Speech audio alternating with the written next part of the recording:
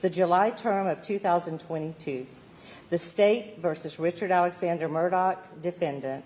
Indictment for murder, SC Code 16-3-0010, CDR Code 0116. Verdict, guilty.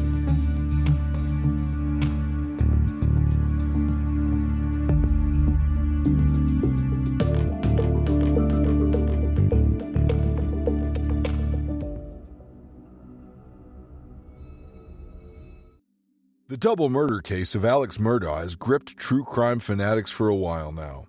Murdaugh only recently received his sentence for the murders, and the case appears to finally be over almost 2 years after the deaths. Still, the story doesn't feel like it's reached a satisfactory conclusion. There is more to this tale based on what we know and what we don't know. In today's video, we're going to go over the case and some of the evidence for and against Alex Murdaugh's part in the deaths of his wife and son. Was he guilty, or was there more to this murder case? In case you're unaware of the details of this double murder case, it involves two of Alex Murdaugh's close relatives, his wife Maggie, 55, and his son Paul, 22. They died between 9 and 9:30 on June 7, 2021, outside their home via multiple gunshot wounds. Alex Murdaugh was the one to call the police and report that both were shot and killed outside their home. That report came around an hour to a half hour after the shooting. His call was frantic, saying how they were unresponsive and he could see his son's brain. As you know, as a subscriber to this channel, we wouldn't be covering this story today if this was a simple murder case. If you aren't yet subscribed, please do so you can access more content as it drops. This isn't a typical story of a husband murdering his family in a rage and finally facing justice. Instead, many different layers to this story have us scratching our heads. Why would Murdaugh use two different guns? Who sent the death threats to his son? What is the deal with the shady accomplice? What does this have to do with Stephen Smith? Let's try to get to the bottom of some of this. Let's start with the case against Alex Murdaugh, because a jury found him guilty on February 24th this year. The judge sentenced him to prison on 2 counts of murder and 2 of possession of a weapon during the commission of a violent crime. Prosecutors chose not to seek the death penalty, but instead sought life without parole. What is interesting about this case is that it took over a year for Alex Murdaugh to be charged, with official confirmation coming on July 12, 2022. It was then another 7 months for a conviction. The prosecution felt that the case against him was simple. They refuted his alibi, pointed out his laundered clothes, and stated that he killed his family to gain sympathy while facing trial for other crimes. The jury bought the idea of the false alibi via video taken by Paul Murdaugh minutes before his death. Alex's voice appears to be in the background. Another factor working against Alex Murdaugh in this double murder case was that he was facing trial for an array of other cases. The combination of charges against him led to a $7 million bond. Many of these are related to financial crimes, such as fraud, forgery, and money laundering. If found guilty of them all, he faced more than 800 consecutive years of prison time. The notion was that if he was guilty of all of this, what was a little double homicide to help make things easier? There was no sympathy for the man at all, and he had no chance of beating the accusations. The problem is that there are a lot of aspects to this crime that either don't add up or simply ask a lot more questions. Some of the evidence is questionable, and there are other crimes tied to the case to consider. We have to play devil's advocate here and dig a little deeper into this case. We want to know what was really going on beyond the shootings that night, and if there's more going on than meets the eye. To do that, we need to look at what we don't know for certain, and some factors that are maybe overlooked. Let's start with the basic evidence and alibi before looking at some of the other cases. All killers need a strong alibi, and there is that conflict between the video with Alex's voice and his own statement. Jurors say they can hear him on the video, while he says he was away visiting his mother. Come here, Mama. Come here, Cash. Come here, Mama. Cash. Quit.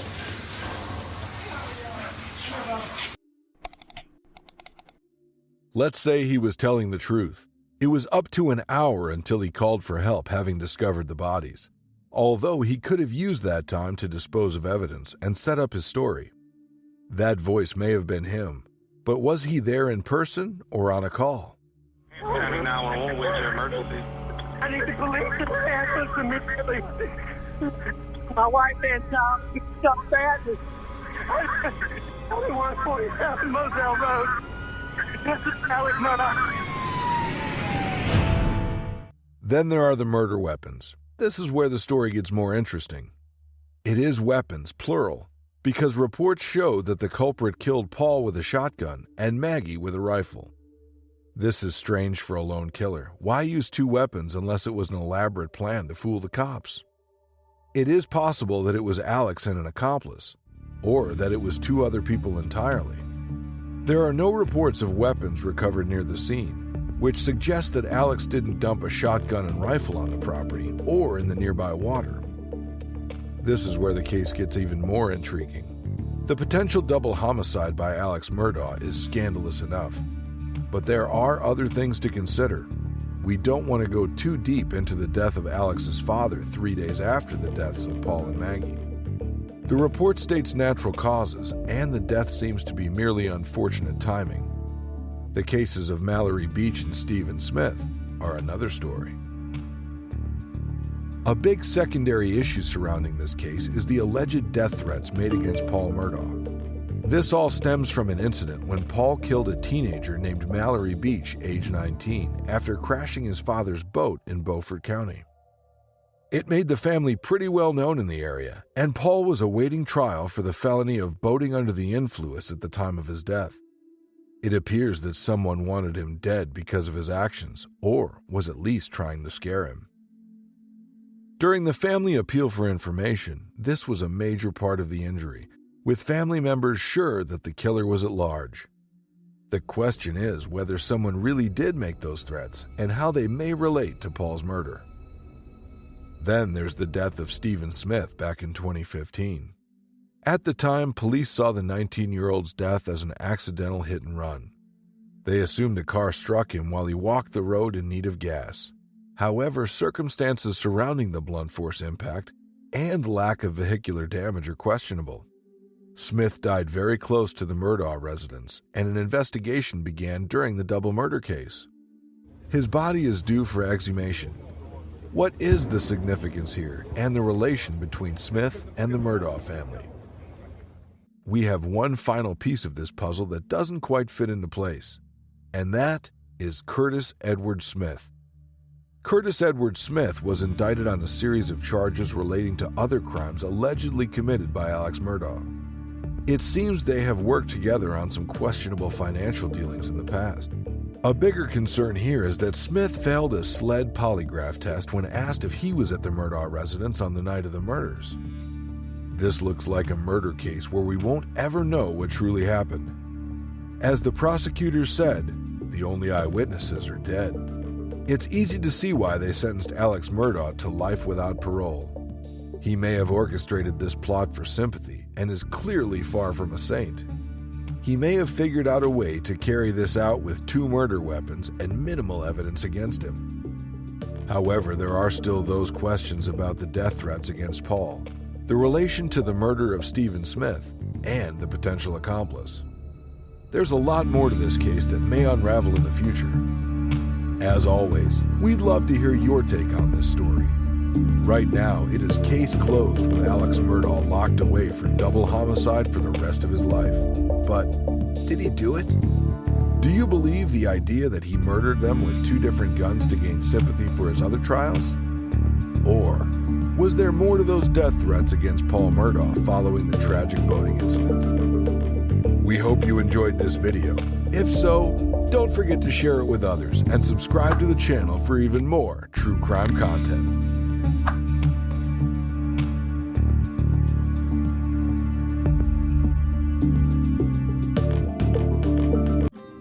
It's understandable to assume that anyone seeking a retrial in a murder case is adamant about their innocence and believes they can prove it. Perhaps that was the case with Jason Young. He was never satisfied with the way his defense team handled his case for the murder of his wife, Michelle, and there are claims of a clear lack of incriminating evidence. Even though the court denied Young's appeal and the life sentence stood, it's interesting to go over this true crime story. We want to see where there may have been holes in the prosecution and what really happened on the night of the murder.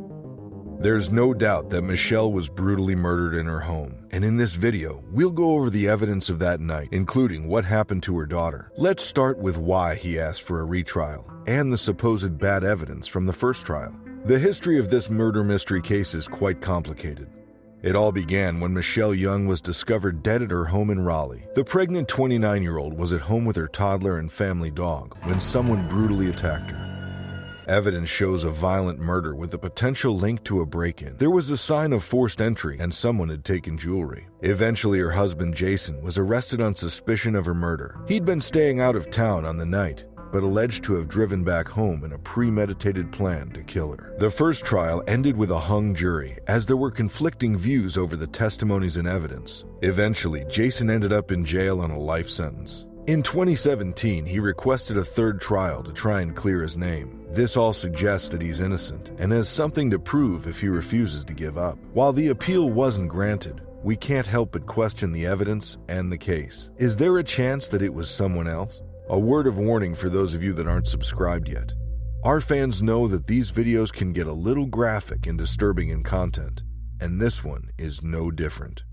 We're going to go into detail about what happened that night, including what happened to their young daughter. Hopefully, by the end of this, you'll want to become a full subscriber to get notifications for all our future true crime content. There's an arguable case to be made in favor of Jason when you look at the timeline and some of the evidence on offer.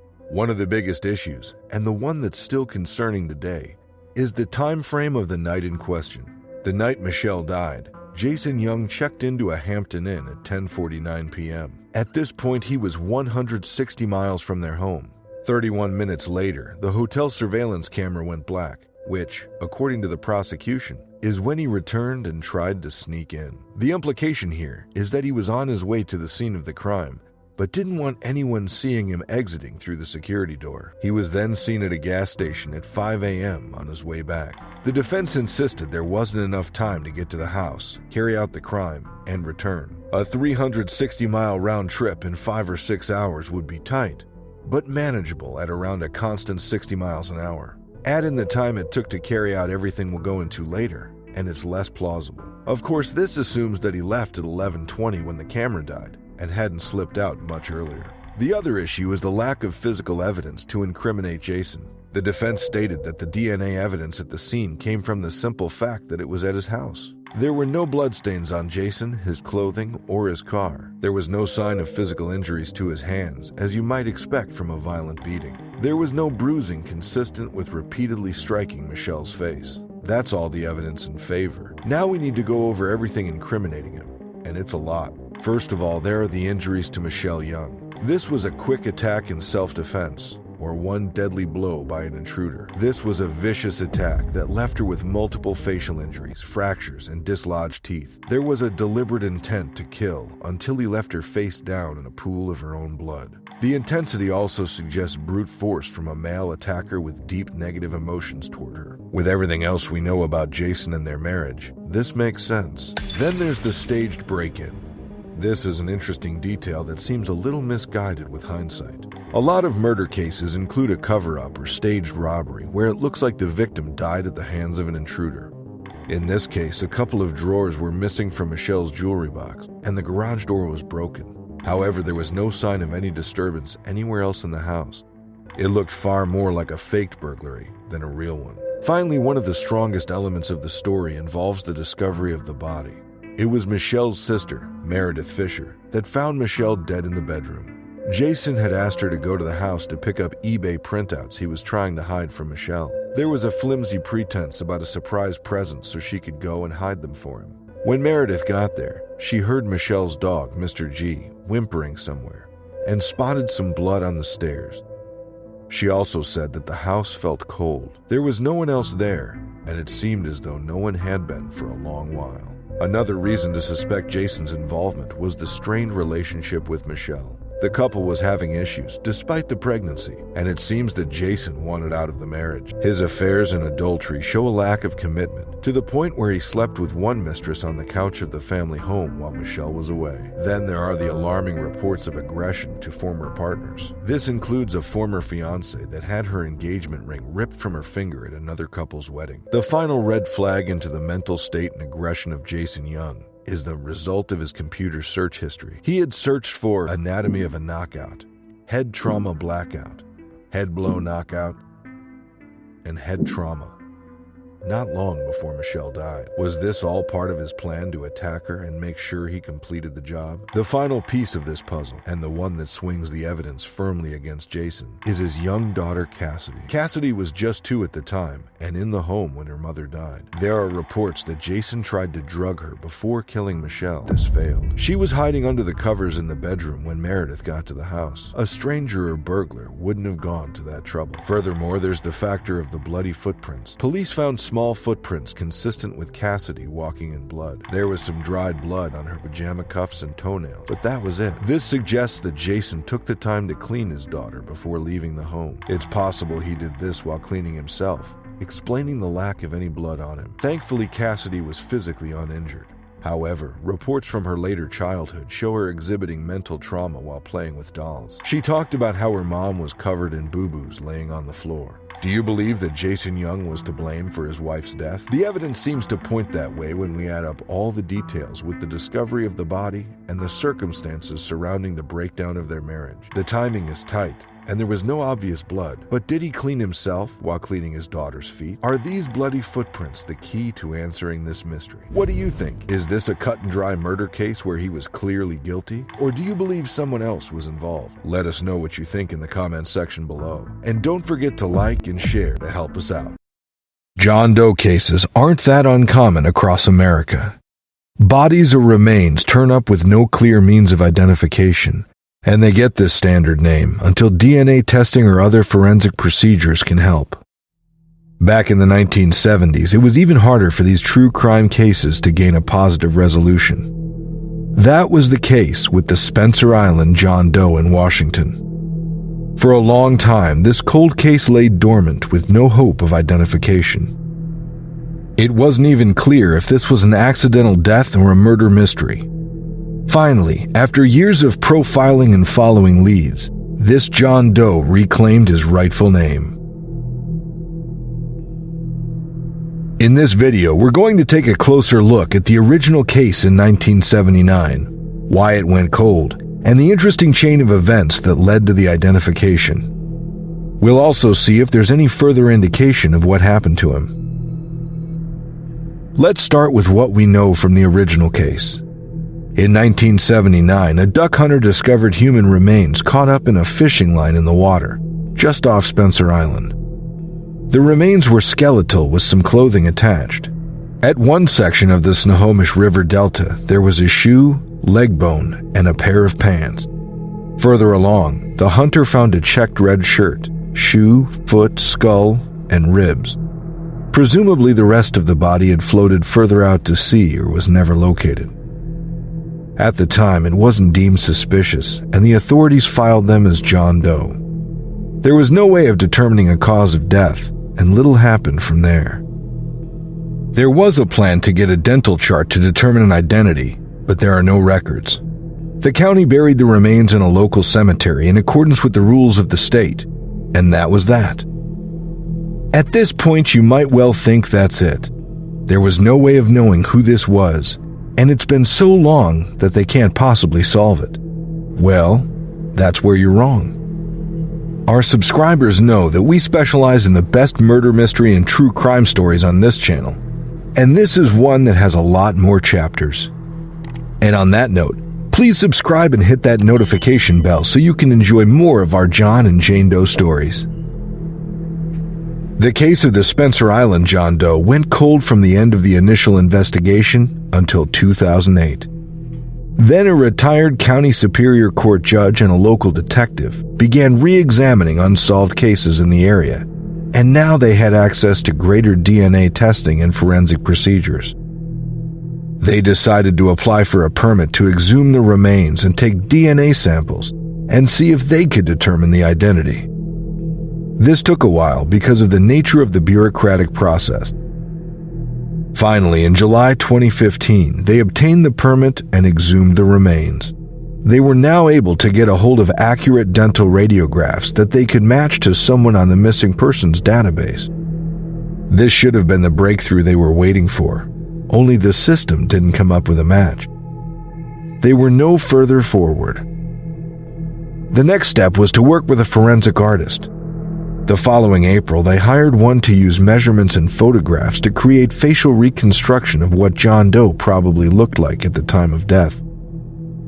This coincided with a report from the Washington State forensic anthropologist at the King County Medical Examiner's office that examined the body in further detail.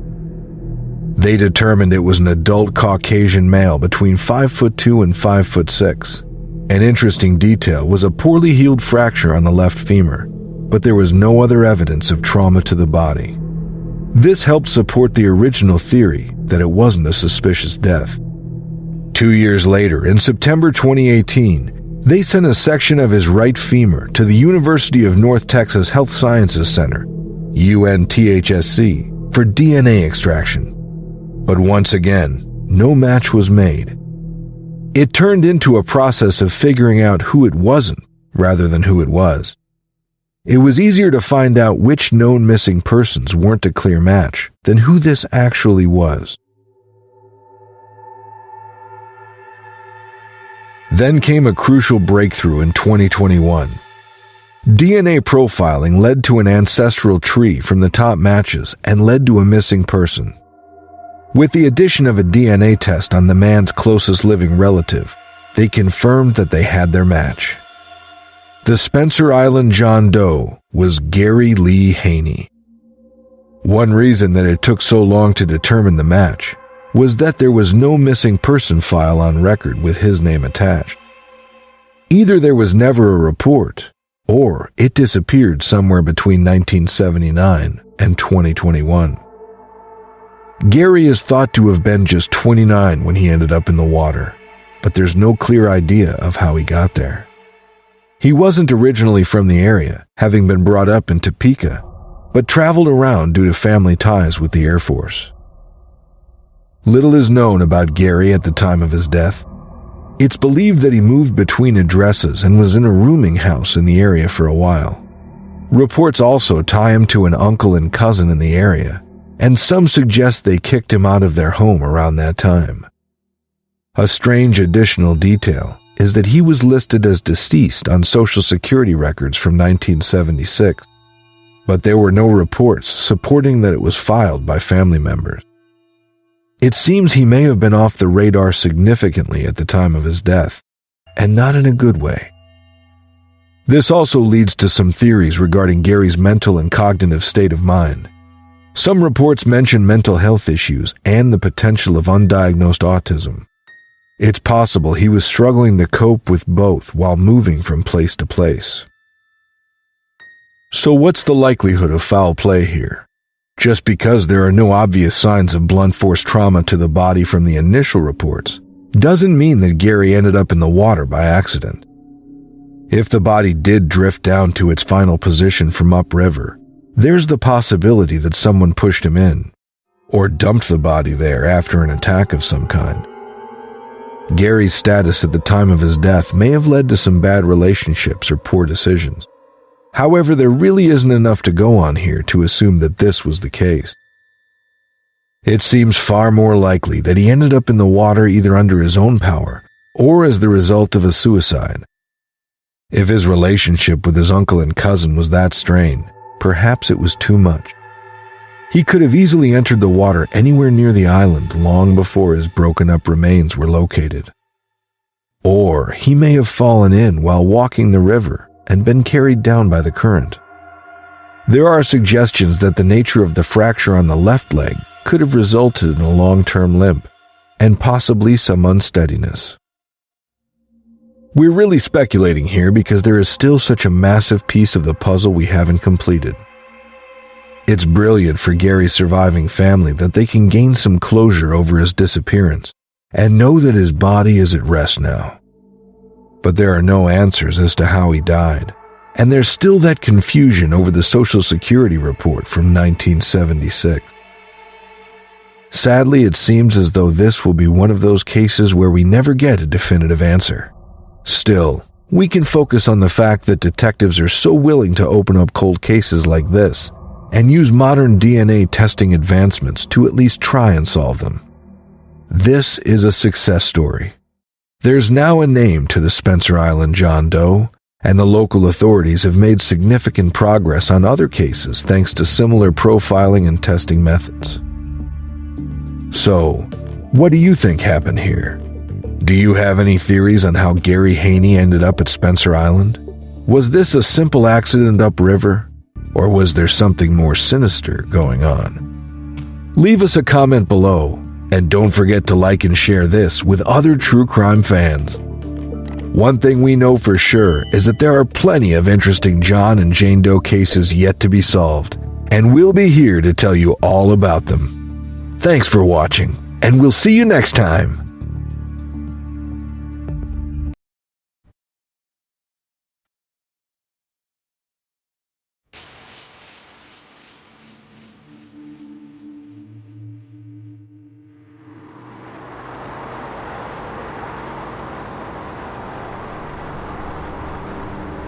Have you ever gone for a run, feeling the rhythm of your footsteps against the pavement, the world around you fading into the background? For Vanessa Marcotte, this everyday activity became the beginning of a nightmare that would shake a community to its core.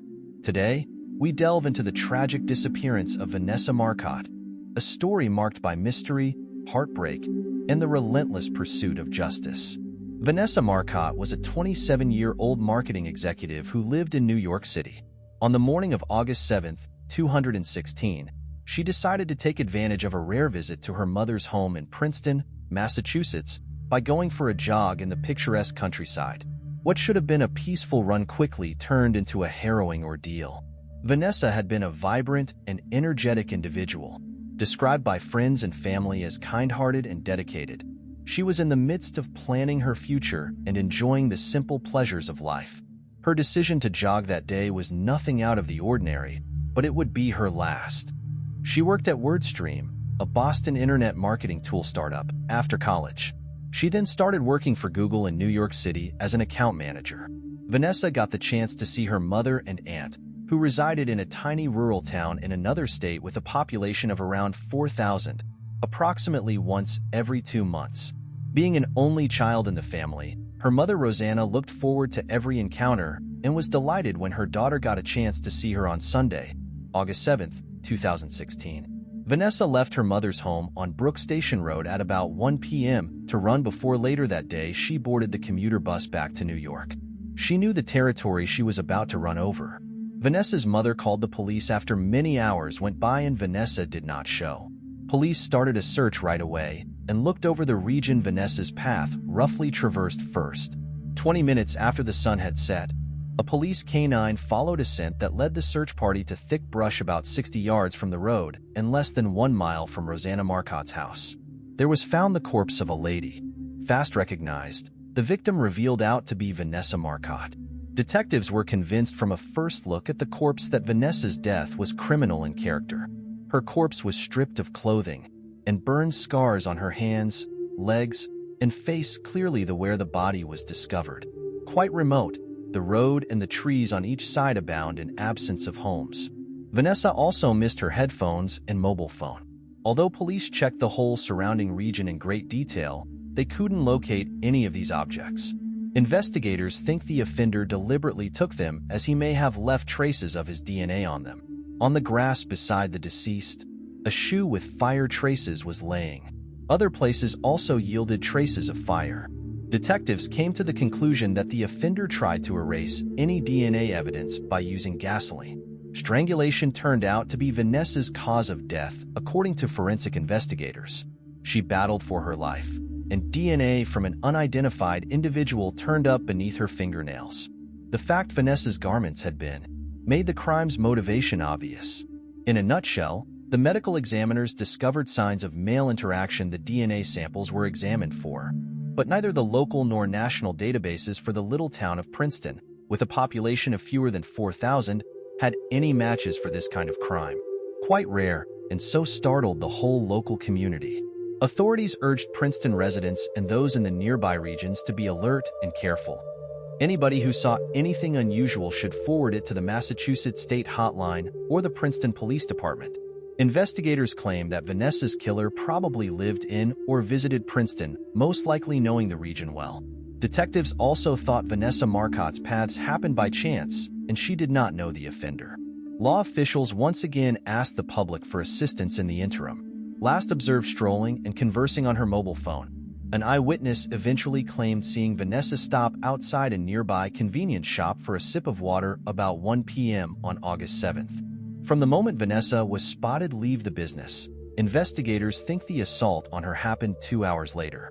Her phone was switched off at 2:11 p.m. and has not been turned on since. Police personnel were searching the area where the corpse was discovered and gathering and verifying several hints, many times as well as the surrounding environment, yet it was not producing the intended outcomes. The cops got further information regarding the matter just 3 months later. According to a fresh witness, he had spotted twice a dark-colored Ford SUV stopped on the curb close to Vanessa's corpse on August 7th. Found outdoors, the hood raised. Looking Hispanic, the driver was a male between the ages of 25 and 35. More than 6 months after Vanessa's murder, on February 23, 2017, Worcester County District Attorney Joseph Early Jr. revealed more information of the inquiry, including DNA recovered. The suspect was thought to be a Hispanic man with athletic build, medium height and short or shaved hair based on DNA evidence and witness testimony. He fell between the ages of 20 and 30. One also thought, on the day of the incident, the suspect likely possessed or had access to a dark-colored SUV. Thus, he must have received obvious upper body injuries within days of the assault. About 3 weeks later, a Worcester County police officer on street patrol came into a guy fitting the description of the suspected. This guy was operating a car much like the one Vanessa Marcotte died in.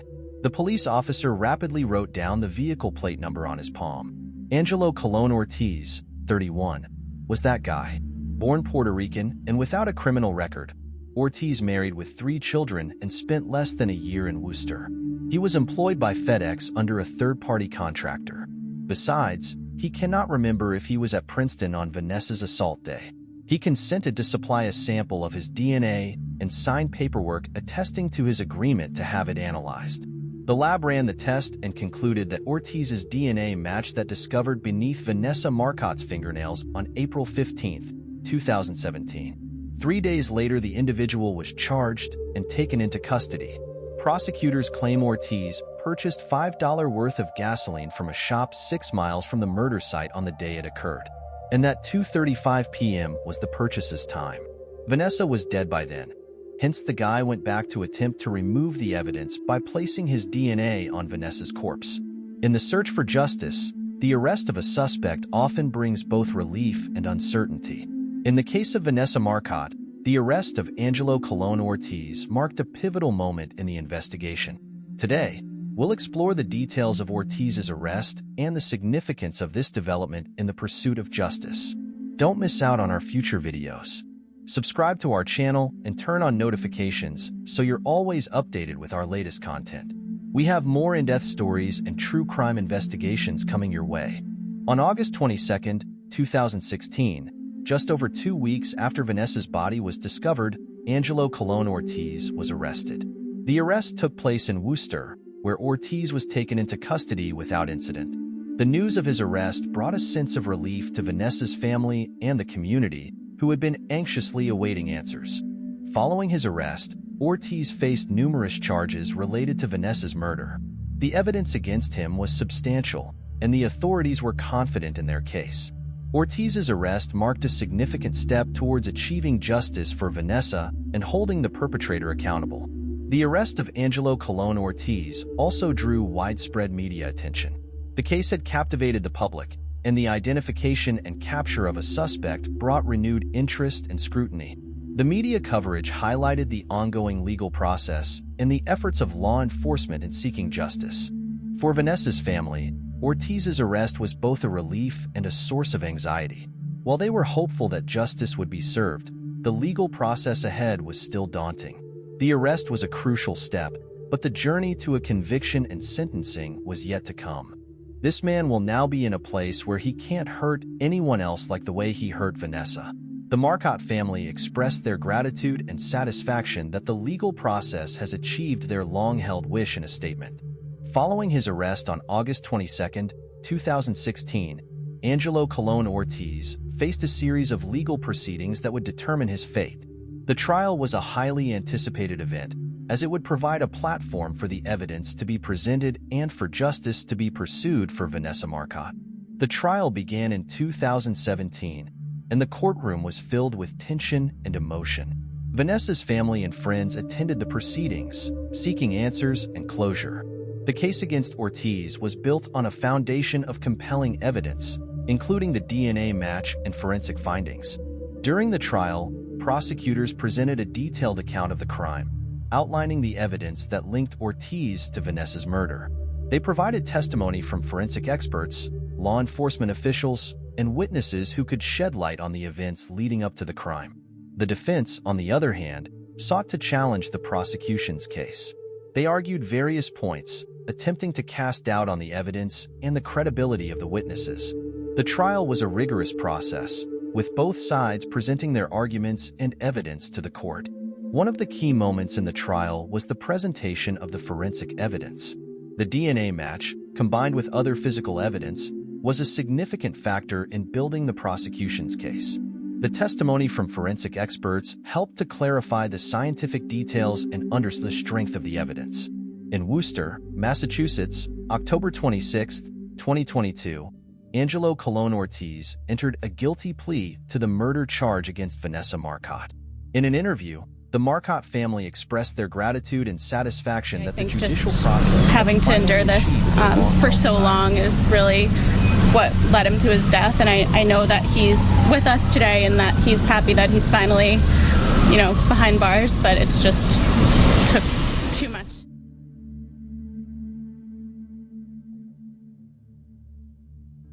That the guy in question would be incarcerated and unable to inflict the same harm on others that he did to Vanessa.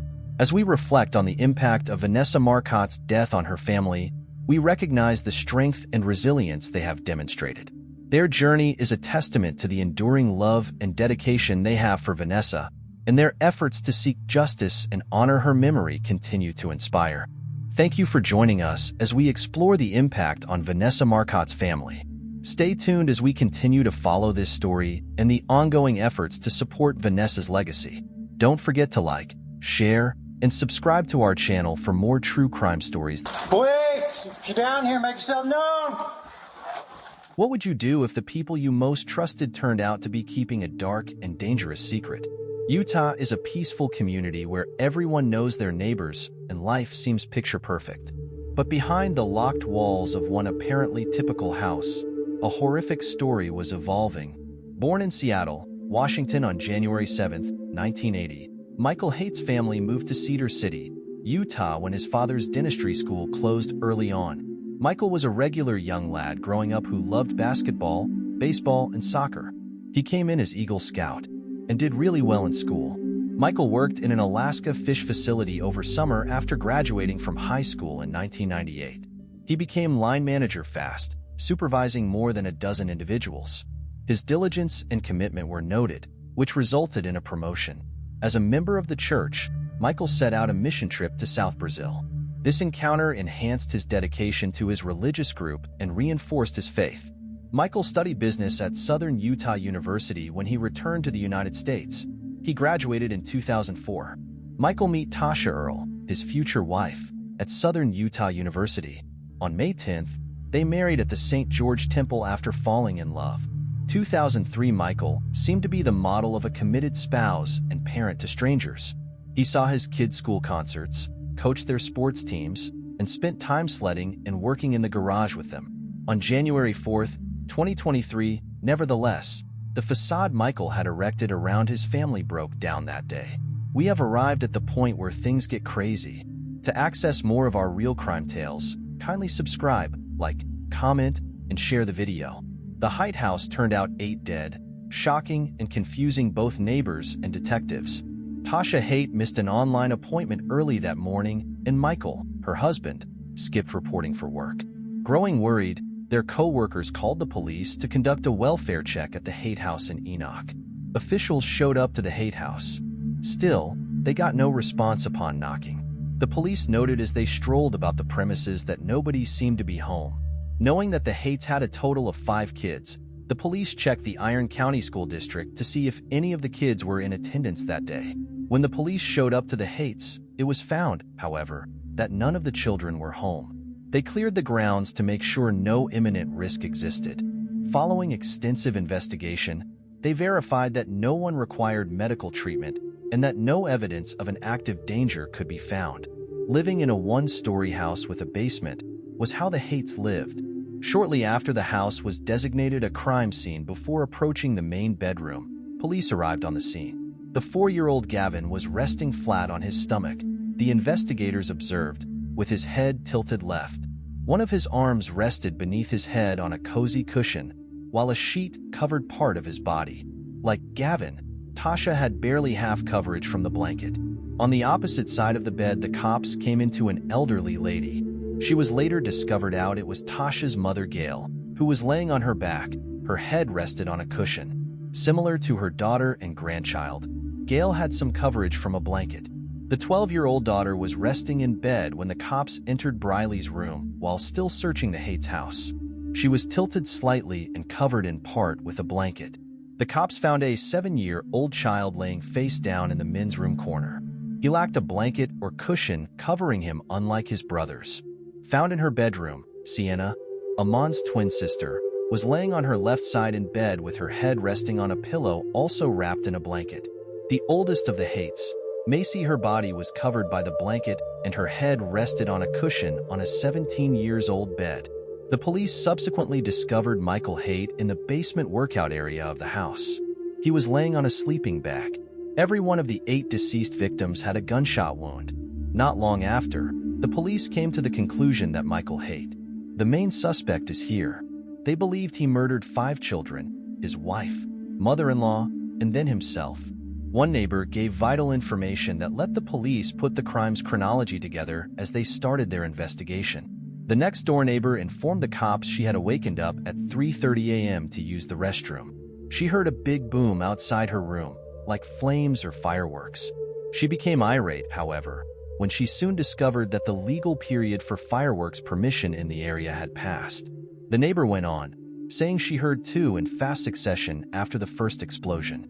There was a little silence, after which another blast occurred. That rhythm carried on with a little pause before the following blast, and a lengthier stop before a last one. The police deduced from the neighbor's account and the state of the 8 corpses discovered inside the home that the bang she had heard about 3:30 a.m. was connected to the events that night. They thought Michael had committed the terrible murders during the designated period of inquiry into the Haight.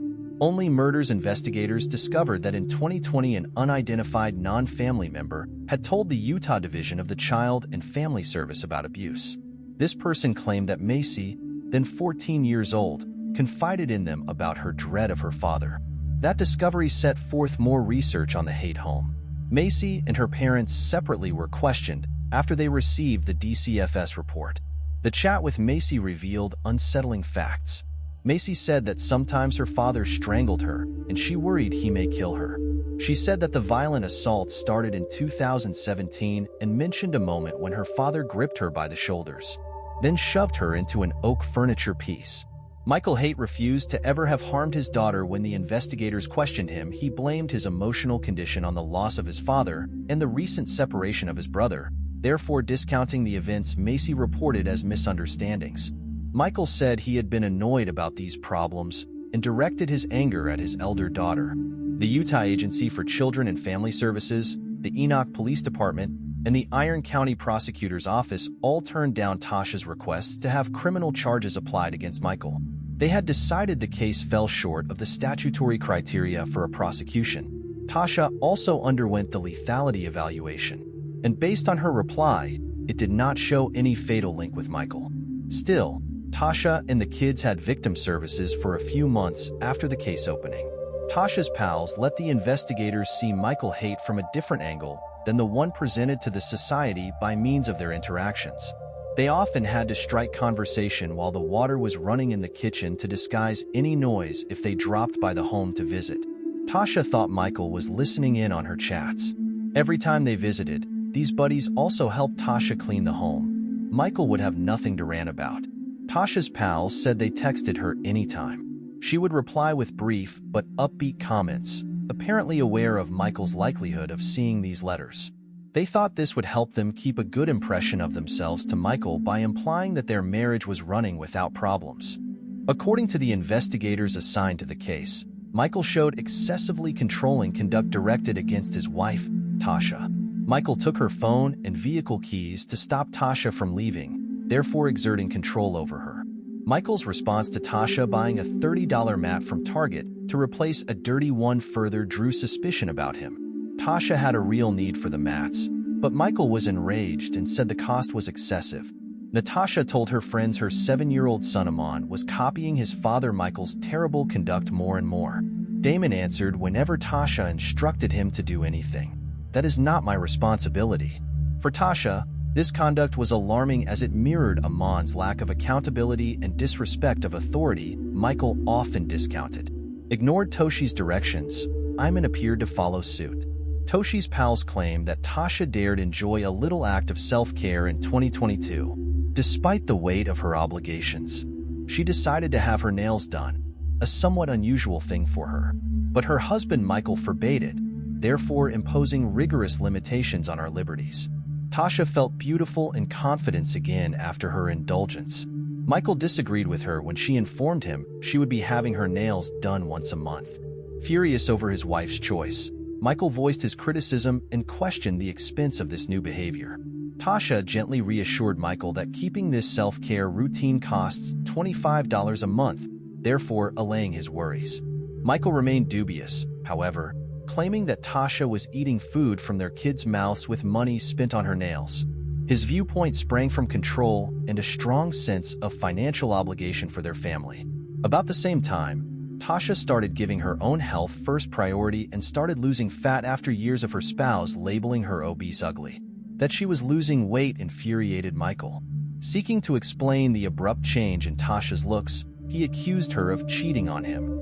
As Michael tried to regulate Tasha's weight reduction, his obsessive actions peaked.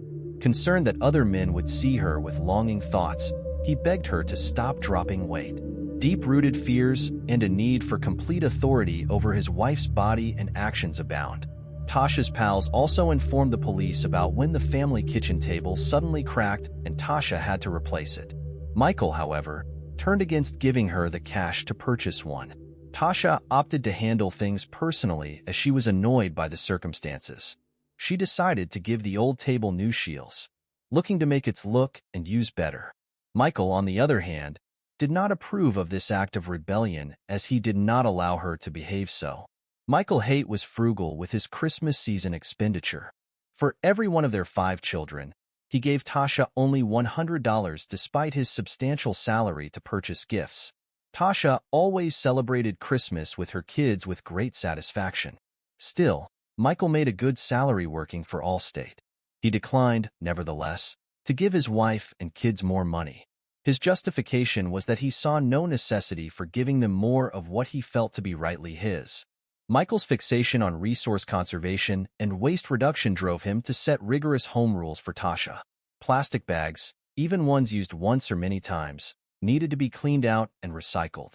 Township felt overburdened by this too high demand for reused bags, which also put extra obligations on her. Michael also wanted to run every element of Tasha's life, including her baby care and housekeeping schedules. He demanded the baby wipes and cleaning supplies, arguing it was more affordable and environmentally friendly.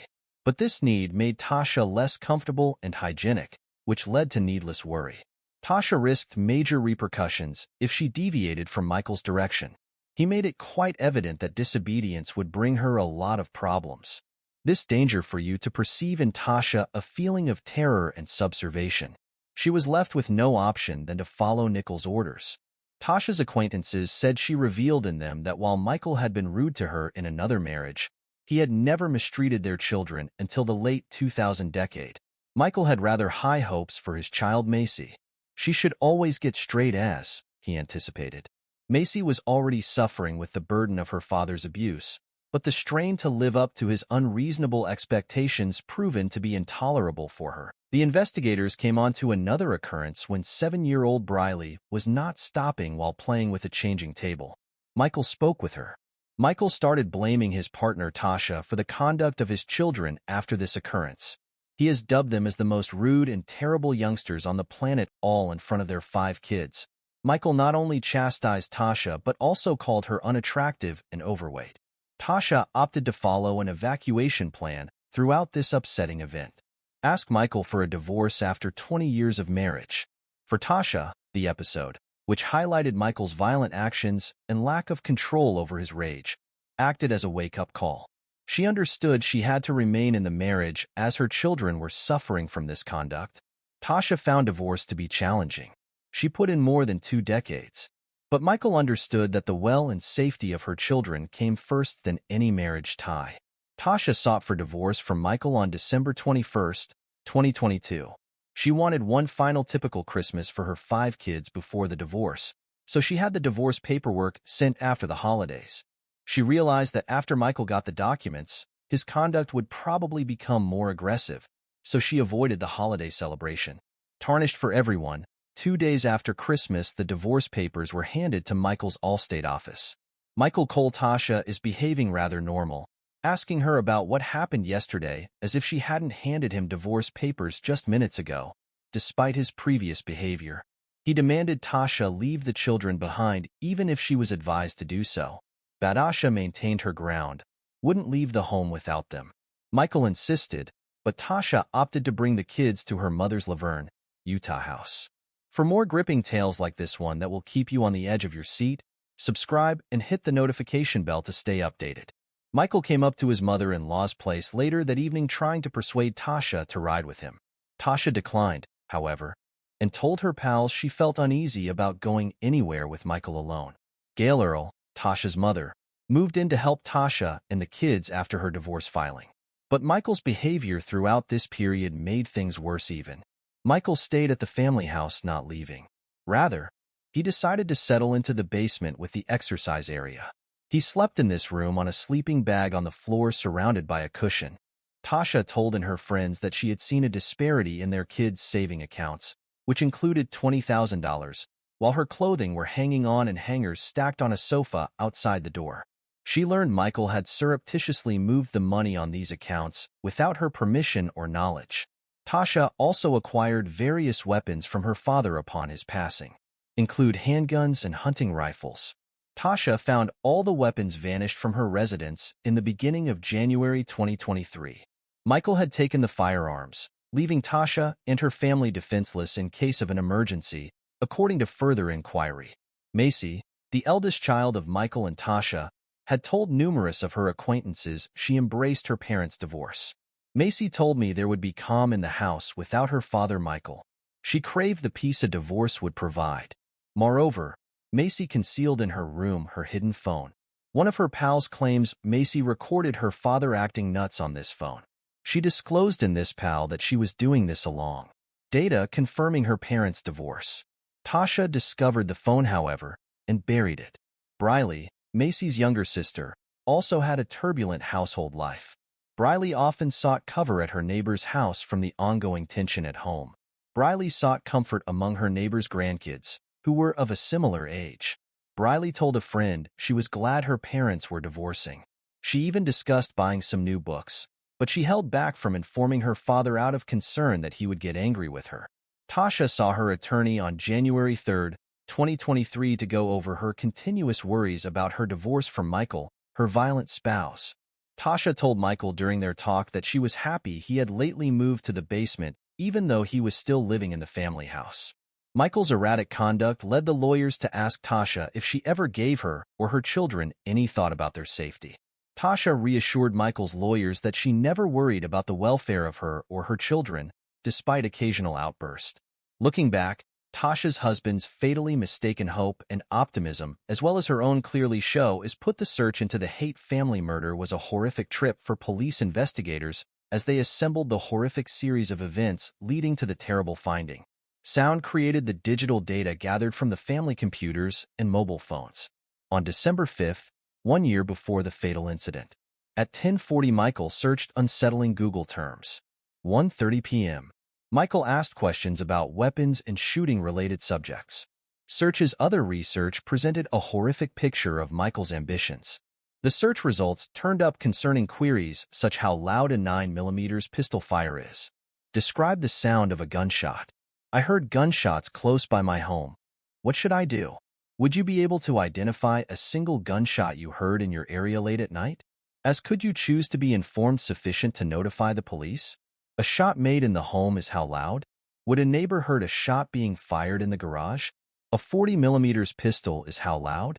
Michael claimed in the message he wrote before he died he wanted to burn in hell. Michael said he could not bear the circumstances for another day and was resolved to stop the control and coercion that he had been under. He characterized as dominating conduct by his wife. Michael's message conveyed much desperation and fury. He said he asked for assistance often, but nobody seemed to pay attention. Michael underlined in this message his will to avoid being a burden for society. The specifics of this case have shocked many people and is shown severely dysfunctionally affected by violence. Michael deliberately and prepared his acts. He meticulously scheduled the killings to make sure his wife and kids knew nothing, until it was much too late. With that said, thanks for watching, and until next time.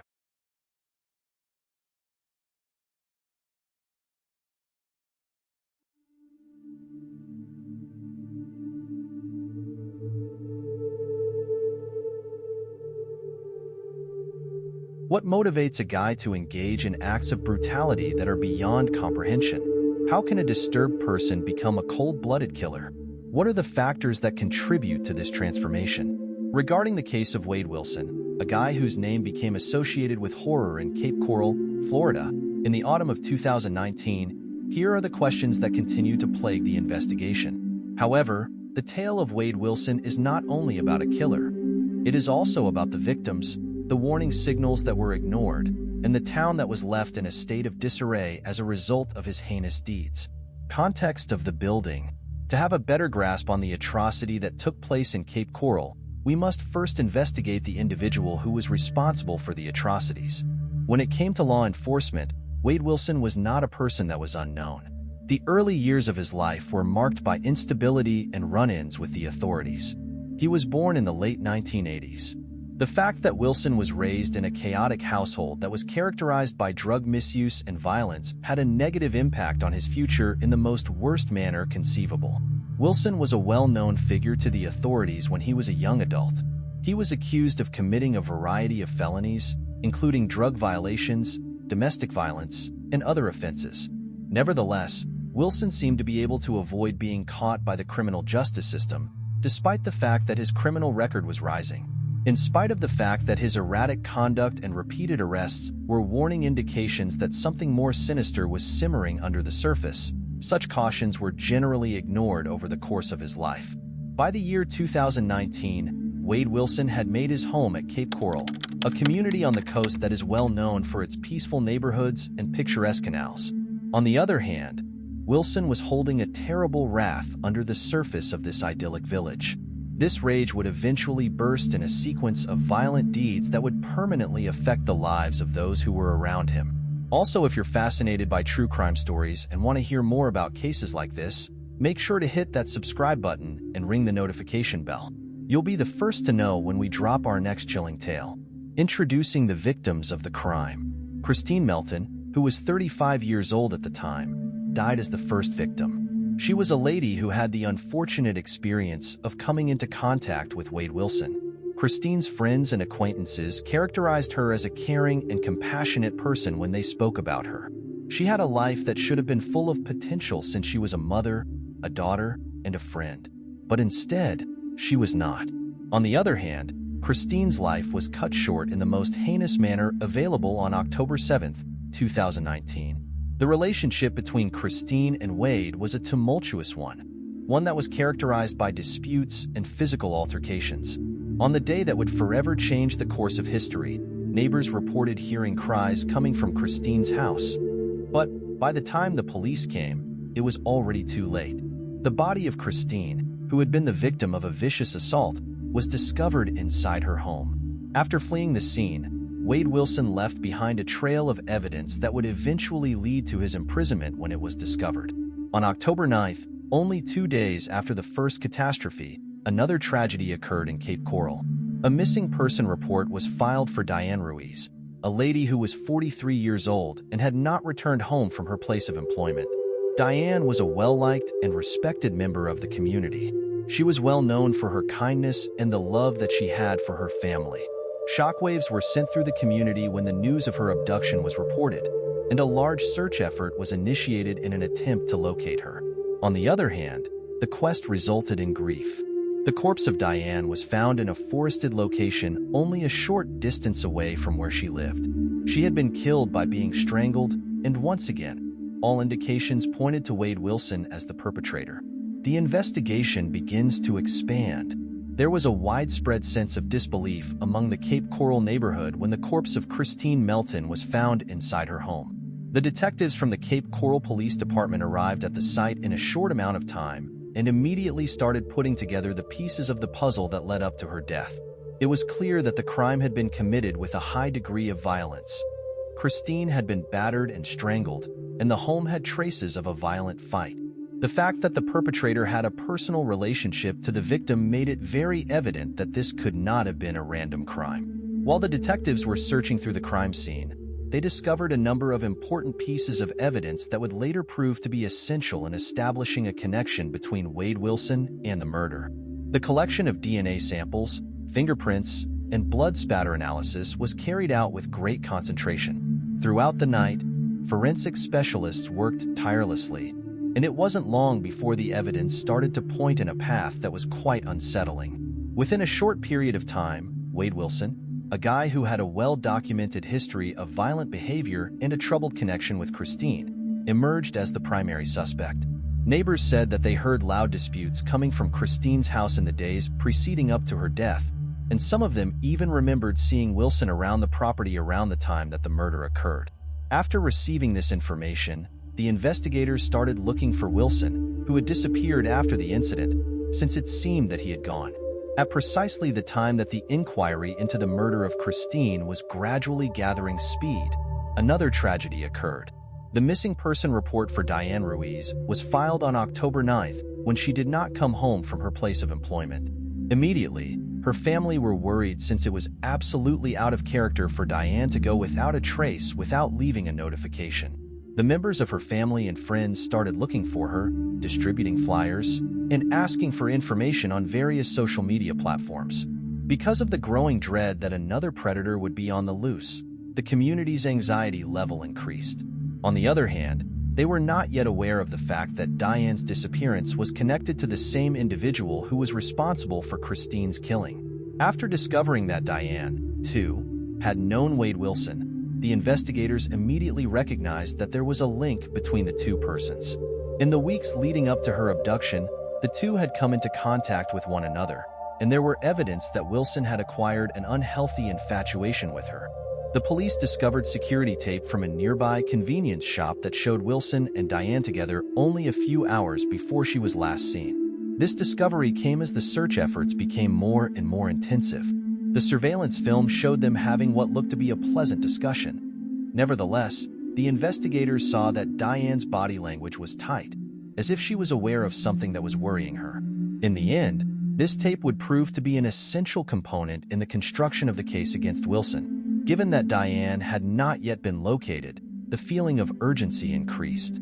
Through the use of Wilson's mobile phone data, the investigators were able to piece together a chronology of his activity in the days leading up to both of the murders. Based on these data, it was evident that Wilson had been in the neighborhood of the residences of both women on the days that they were either reported missing or murdered. However, in order to guarantee that they had a strong case, the detectives need further evidence, which was becoming increasingly damning. After then, the breakthrough that would determine Wade Wilson's destiny occurred next. A corpse was found in a highly forested location only a few miles away from Diane's home, which was a horrible find that was made by a group of volunteers after many days filled with extensive searching. It turned out to be Diane Ruiz. Her corpse had been left to rot in the isolated place after she had been killed by being strangled to death. When the find was discovered, it verified the worst concerns that the community had, and it drove the investigators into overdrive. The corpse of Diane and the location where she was discovered were subjected to forensic examination, which uncovered crucial evidence.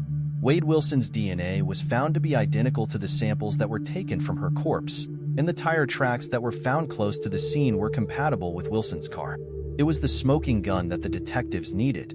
It was evidence that was unmistakable and indisputable that linked Wilson to both killings.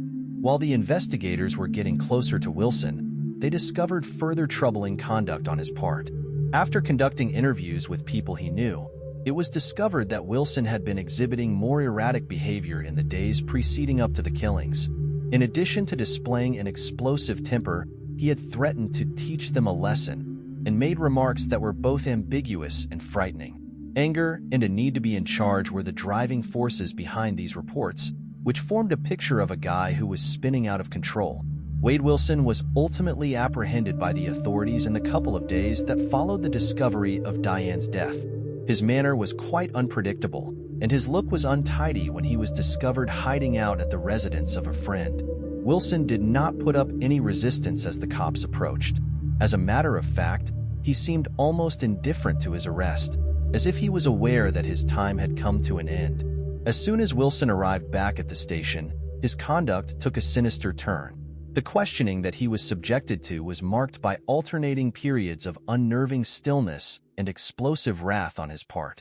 Occasionally, it seemed as if he took great pleasure in revealing the specifics of his criminal activities, taunting the investigators with grisly tales of the things he had committed. Nevertheless, there were times when he seemed disinterested, as if the seriousness of his acts had not yet completely registered in his mind. An enormous amount of evidence was presented against Wade Wilson. The authorities found a series of text messages on Wilson's phone that further linked him in the murders. These texts were uncovered in addition to the DNA evidence and the CCTV film. Within a single message that was sent just a few hours before to the murder of Christine, Wilson said in a menacing manner, "You'll see what happens when you cross me." After Diane's disappearance, another message was sent to a friend, and it simply said, "It's done." The case against Wade Wilson was completely solid because of the quantity of evidence that was presented. After conducting the inquiry, it was discovered that Christine Melton and Diane Ruiz had been victims of a series of violent acts and obsessions that ultimately resulted in their untimely deaths. Despite the fact that the detectives had completed their mission, the horror of what they had seen would remain with them for a considerable amount of time. Wade Wilson's arrest and subsequent confession brought an end to a horrific chapter for the town of Cape Coral, which had been going on for quite some time. As the legal processes got underway, however, it became abundantly evident that this matter would continue to be a source of anxiety for everyone involved for many years to come. The disturbing testimony and the trial of the defendant. As soon as the trial of Wade Wilson started at the beginning of the year 2020, it became immediately evident that this would not be a typical case. An overwhelming amount of evidence was produced by the prosecution, which included forensic data, surveillance video, and testimonials from those who were familiar with Wilson. The person who surprised everyone in the courtroom the most was Wilson himself.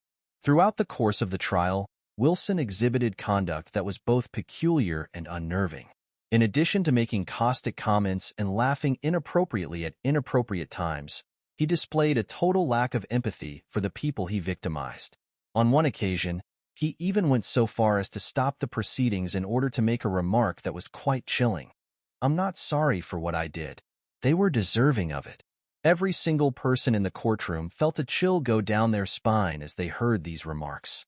It was quite evident that Wade Wilson was not only a killer. Rather, he was a guy who took pleasure in the anguish and distress that he brought upon others. A guy who was beyond redemption was shown by his lack of remorse, his frightening manner, and his history of violent behavior. All of these factors contributed to the overall image. The defense made an effort to demonstrate that Wilson's acts were the product of mental illness. As proof, they pointed to Wilson's history of drug usage as well as his unpredictable conduct.